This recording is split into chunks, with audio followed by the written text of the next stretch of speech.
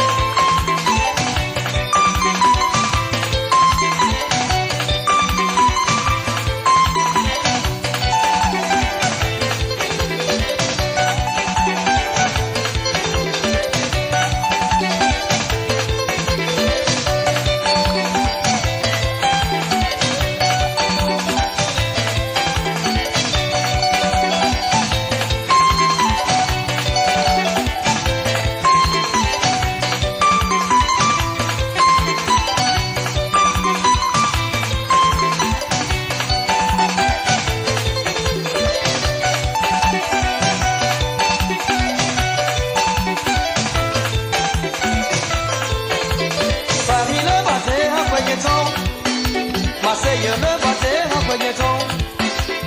Lyon le battait à Pagneton. Pour battre à Moki, Bordeaux le Pagneton. Maître Escala, Wop, il est yewo. Il avait la tête Wop, il est yewo. Après Christophe Wop, il est yewo. Capi Christophe Wop, il est yewo. Mon frère Joseph Wop, il est yewo. Akayi Alexis Wop, il est yewo.